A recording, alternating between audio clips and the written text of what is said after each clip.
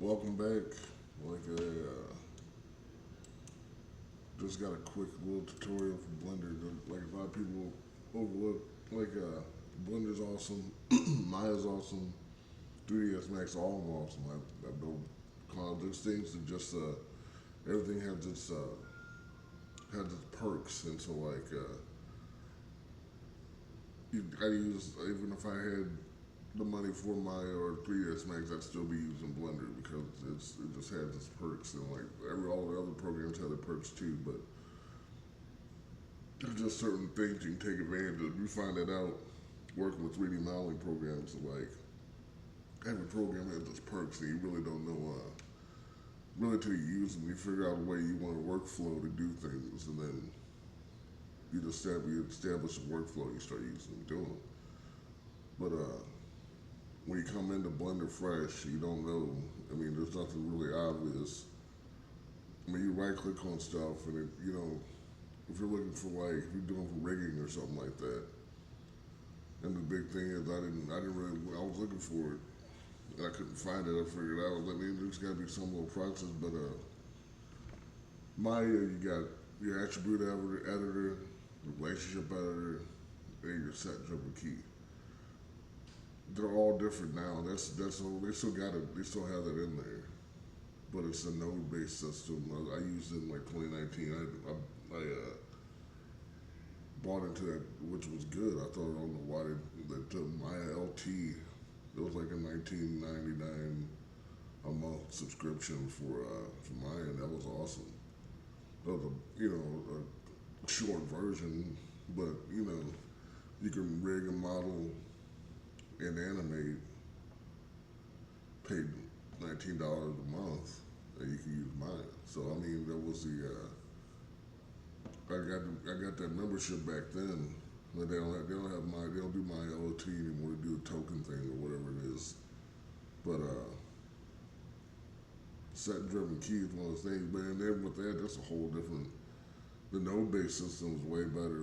But it's not like I can't explain the node based system without having the node based system in front of me. But you know what I'm talking about. You're talking about the relationship better because your toe rolls and your some of your hand movements and some things you don't want to put. You want to hand animate. You want to go to a field and just set that field to a certain number and let that number drive the animation. Not sit there and have to worry about animating every single bone. So like you had a bone here.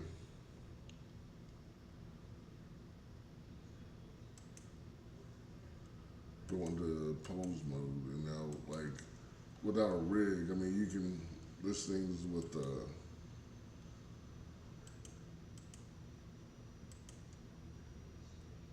report display, and now if I wanted to have any of these things represent and this is where you want to put your bone your shapes for your controls.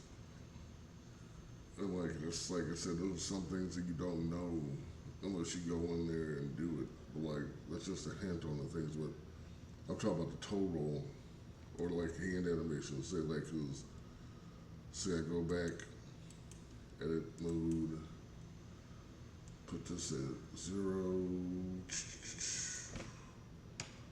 this at 1. Oh no, wrong way. Put this at -1.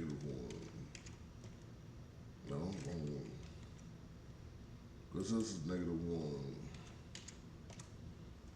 And now this is a toe. So it's like a toe on a foot. Go to pose mode. Now, or you can add different custom attributes to every one of these different fields. Well, I mean, depending if it's got custom properties, you add your custom properties here. You add custom properties here. You add custom properties there. But since we're doing something with position and rotation, you want to add it here because this is where that's what you have to figure out that going through anything on this, any custom property, it has to align to whatever, whether it's the material or the texture, any of these, the object, the skeleton, anything, any custom attribute. Since it's going to be doing a movement, the movement's driven in the bone section. So, and we're going to do that's the Y rotation. So we want to affect the Y. We want something to drive, we want a number to drive the rotation on the Y. I mean on the X.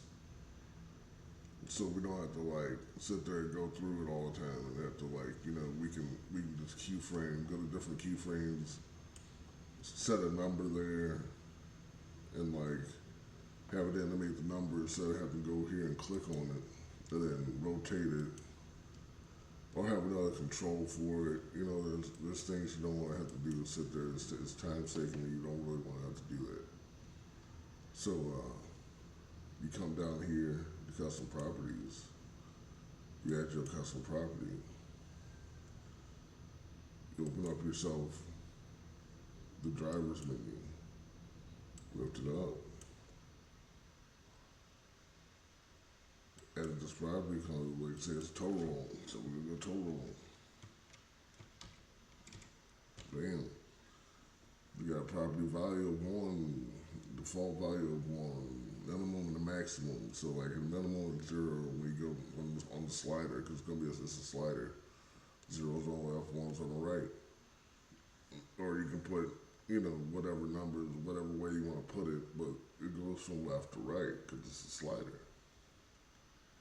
Okay, put a tooltip there if you want to let somebody know how to use it.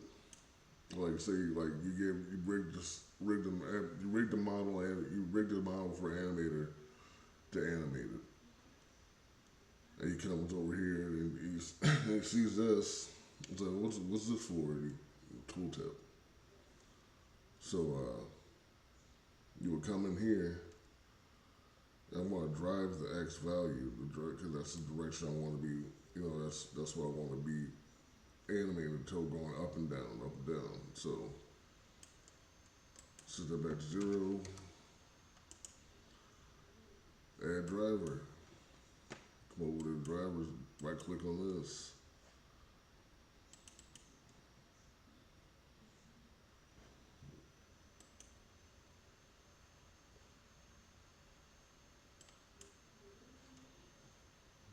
That's my bone.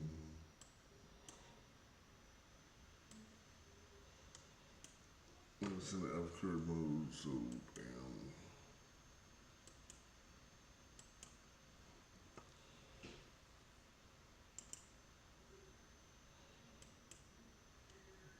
You want my driver's editor,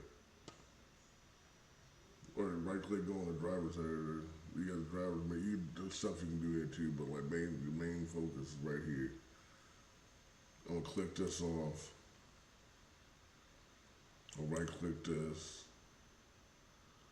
copy this new driver, then come over here and paste the new driver. Bam. Up here, the expression, I'm just gonna put total there.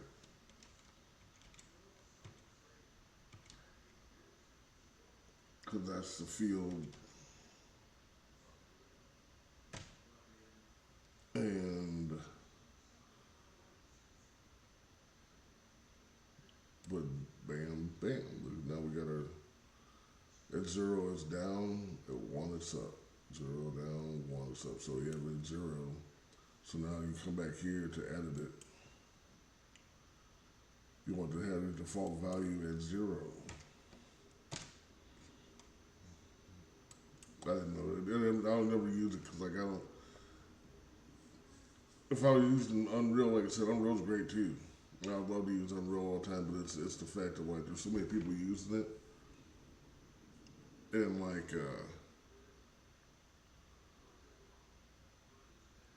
there's just a lot of people using it. And it's the thing that like I don't know. Like I'd rather be more secure with being legit making a video game. Not saying that you're not being legit making a video game, you're Unreal. You're not. You are.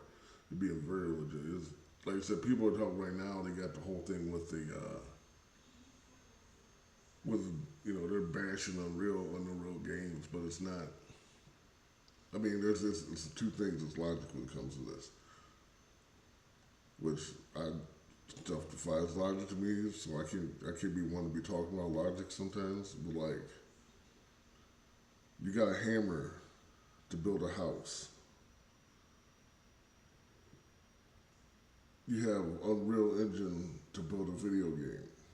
They're both tools.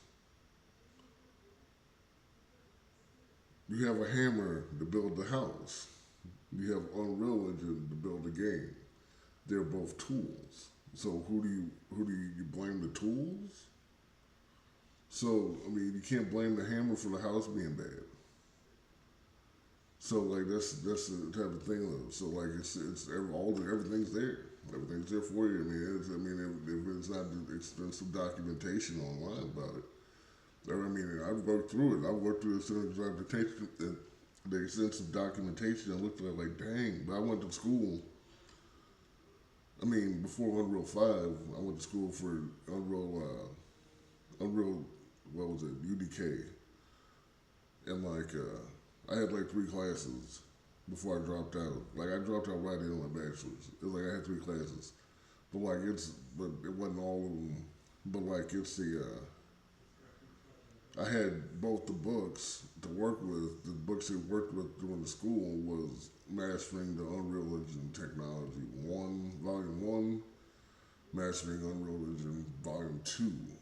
And they were both made by these guys that made a site a long time ago that's no longer up. It's called 3D Buzz.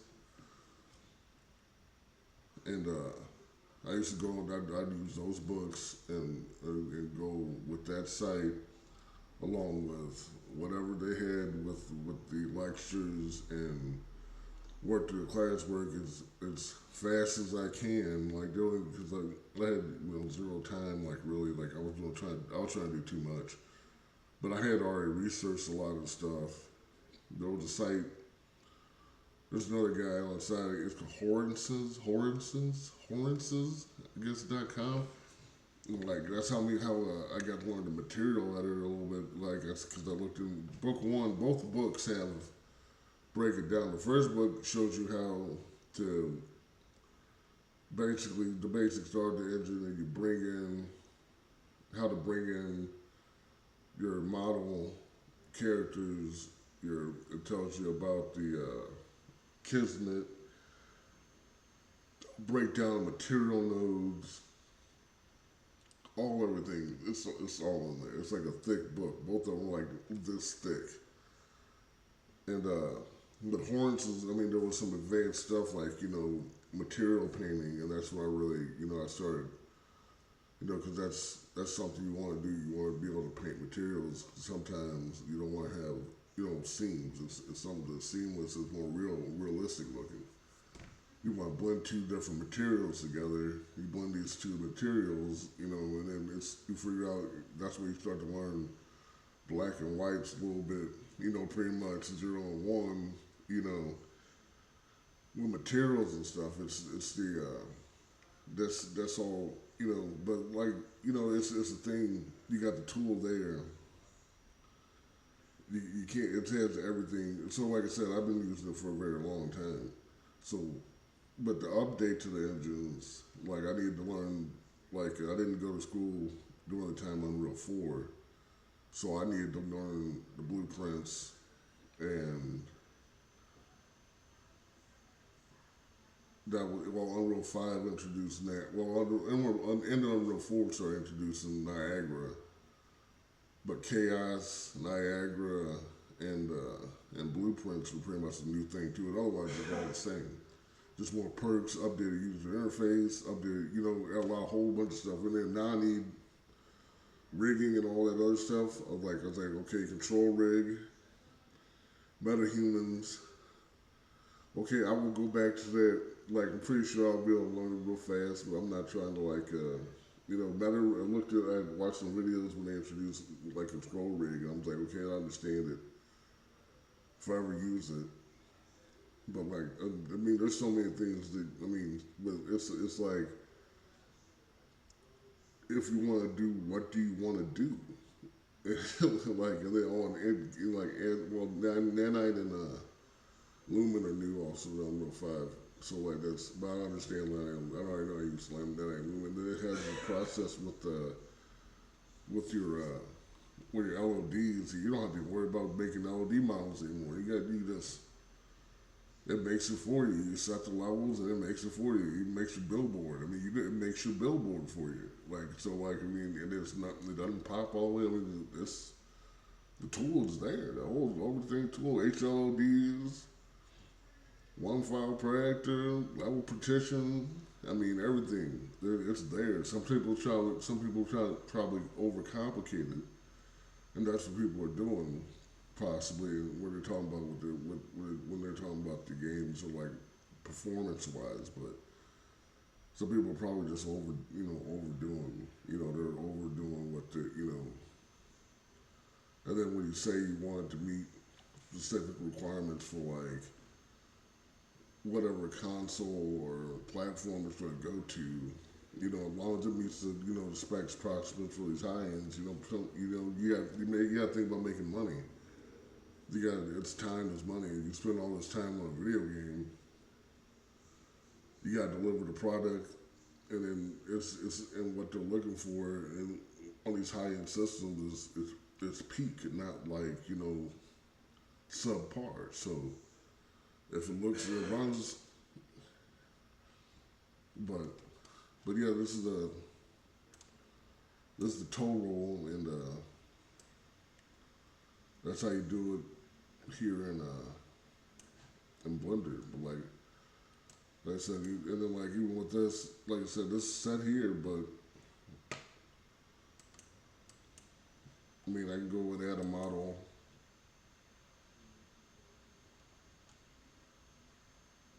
I just had to go add a cube, bam, and then I don't know what the shortcut for X-ray is. I'm not trying to look for it. I think it's X or something.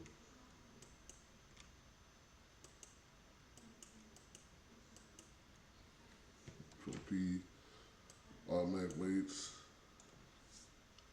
Now I can save this right now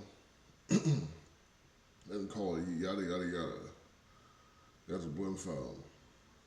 Or really, I just save it as I save it as cube.rig, cube_rig,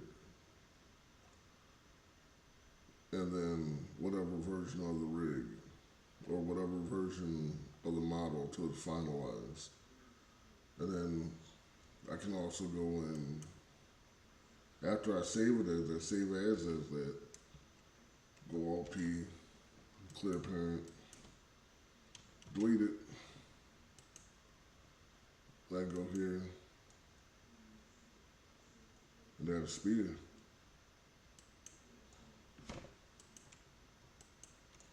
Control P, automatically, and then go into save.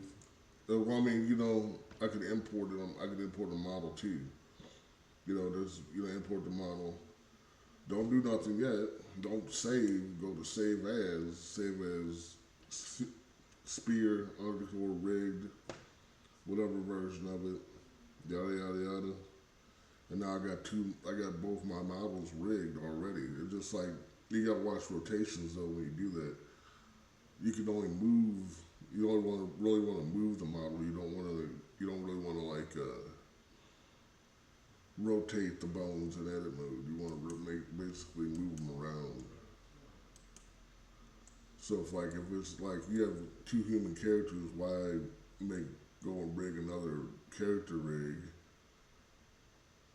for another human character? There's no reason to do that. You just delete that model, import a new model, save as after you get the model imported, or even if you can just have a rig file. You just build the rig and then import your model to it. They got Ridgify and all that stuff. I'll use Ridgify and all that stuff. It's not like that I want to do. I want to do, just something I want to know. I know it works. I know everything on Nuance because like when you export from here to like a game engine, there's always something. And knowing is better than not knowing anything at all. So knowing how it's rigged and how it, is very crucial when it comes to the animations and making them right in the game engine. So, but yeah, but you really don't. You shouldn't have to. I didn't have to move that at all. You know, and that's. I mean, you can still take it and move it. I mean, as long as you got like really want to have a root,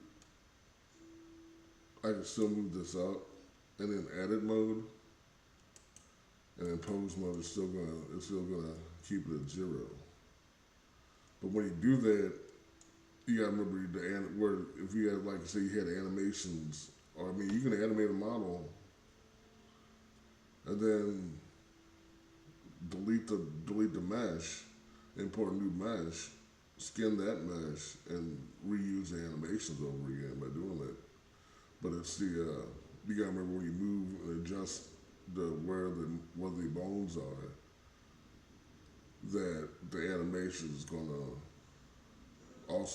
adjust to where you move the bones to also. So there's things you gotta watch out for, and then rotations. You gotta make sure the rotations are right. And then not only that, the rotations are right going from here to the game engine. Because that's how some things get flipped upside down. But like I said, total.